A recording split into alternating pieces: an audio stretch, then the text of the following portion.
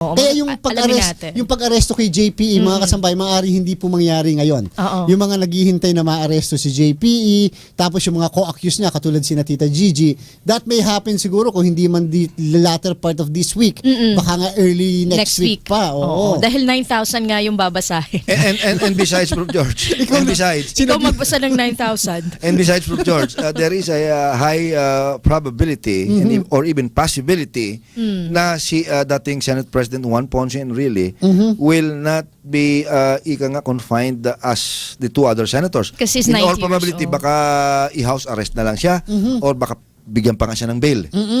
That's a possibility dahil nga sa tanda niya. Sa edad niya. Pero alam nyo na itong nangyayari ngayon, lalo na yung mga pag-aresto, pagkukulong sa mga high-profile personalities, ano ito inaantay ng sambayanan, napakasensitibo ng mga tao, whether supporters nila o yung mga medyo hindi naman nila supporters, dahil laging na ikukumpara, bakit pagka sila ganyan? Bakit pagka ordinaryong andun sa may city jail? Mas maganda pa daw yung kulungan nila kaysa sa mga bunkhouses. At para may nagsasabi pa na hindi naman nakatira, hindi naman sila Nakakulong. dinala sa 5-star na hotel eh. Oo. Alam naman nilang hindi 5-star yan. Bakit naghahanap ka ng iba't ibang mga treatment, whatever. To a certain extent, ibabalance mo talaga. At sa puntong yan, baka nga kinakailangan na Tito Joy yung panukala ni Senator Jinggoy Estrada na magkaroon tayo ng isang batas tungkol nga sa papaano itong mga, hindi naman sinasabing yung mga pangmayaman o yung pang makapangyarihan na kulungan. Paano naman yung mga high profile accused na hindi pa naman sila convicted. Correct. Pero ang hinaharap nilang mga kaso ay mga kaso na medyo Kagaya ng High plunder. profile din. high profile. Kagaya ng plunder, Nobel. Oo. Masakit. Katulad nung yung chairman Tito Joe at saka yung chairman ng CPP-NPA o halimbawa, di ba Tiamson. yung mga Tiamson. Mga magkakosa na sila. Sina Rizal Ali. Oo. The longest serving detainee at the PNP Custodial Center, si Rizal Ali. Oo. Of course, may isang grupo ng mga general doon.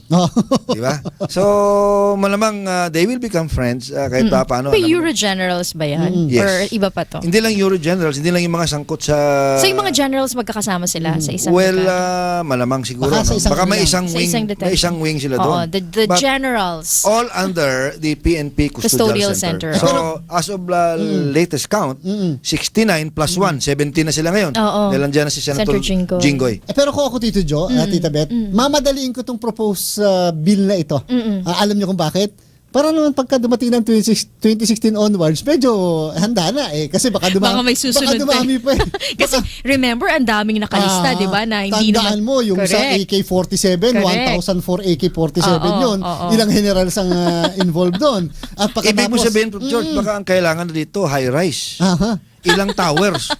Ilang Kaya towers. nga. High-rise na kasi to maximize space. Kasya na daw sa mid-rise. Hindi Kaya na daw nga Tito kailangan Joe, ng sinasabi na nga ng China. Oo. High-rise, Kanya-kanyang... tapos walang elevator. Ano yun eh? Para mas mahirap tumakas. Para hindi walang special treatment. Walang special treatment. Sinasabi na Sigurado. nga na ang China nagko-construct doon. Medyo meron pa naman tayo natitirang hawak natin eh. Sa tabi kaya ng oil rig. Sa pag-asa na nga lang. Sa pag-asa, Pag-asa? meron pa doong airstrip doon. Oo. Baka pwede matayuan ng facility doon. Di ba? Ba't hindi na lang ipalit doon sa at sa hindi- Sierra at saka Madre? Hindi na kailangan ng mga pader. Oo. Hindi na kailangan ng mga barbed wire. Oo. Libre silang umikot doon kung anong gusto nila. Basta wala silang masakyan, walang bangka, wala Hindi talaga. makakatakas. Oo. Total naman may mga ang pinakabantay na doon yung mga pating Pating. na paikot-ikot doon. Pirana. Hindi ba pero talagang sa puntong ito para hindi tuloy naakusahan ng special treatment. Tama. Lagi na lang kasi tayo may mga special treatment, VIP treatment. So kinakailangan siguro maging maayos na. We have to properly define paano yung pagpapakulong natin temporarily sa mga taong hindi pa naman convicted. Oo. Paano yung pagpapakulong sa mga taong convicted na? Ayan. Paano yung mga kulungan halimbawa ng mga drug lords? Paano yung kulungan halimbawa ng mga grafters and corrupt? So And medyo, yung mga predators, yung mga those who are guilty of sex crimes.